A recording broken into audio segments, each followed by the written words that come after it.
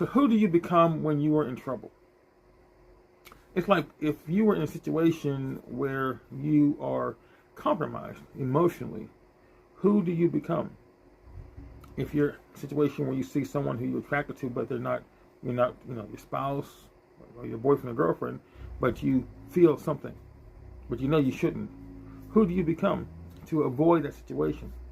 Or who do you become to actually just engage the situation? Do you become some character you see on TV?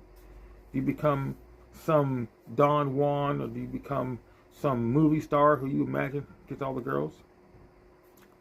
The point about it is, if you want to be someone who is able to overcome whatever you are trying to overcome, to be what you're trying to be, you need to find someone who you can look at as an example. And then you just emulate because you understand what they would do in a situation. For example, when I was a kid, I was doing we did slap boxing. You wouldn't punch, you would just slap. And I remember the night before I had saw something on TV with Bruce Lee. He had, using martial arts to beat this guy up.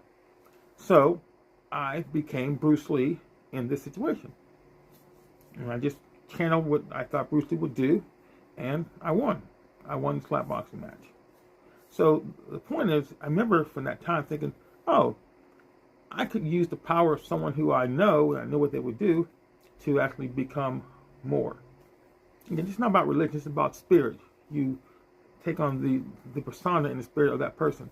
So years later, many years later, before I got married, I wanted to lose weight for my wedding. And so I had a picture of Bruce Lee on my wall, which I have one back there.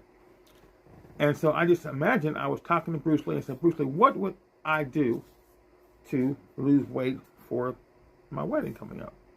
And I imagined what he told me. And I wrote down what came out, I did it, and I lost the weight.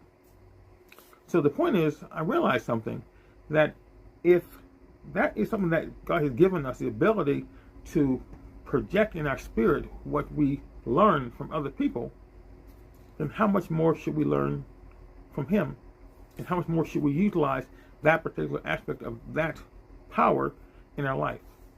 So I ask you again, when you're in trouble, when you are in chaos, when you don't know what to do, but you want to know what to do, who do you become to overcome what you need to? Think about it and have a great day. Hope to see you on school.com. This is Coach Morrison.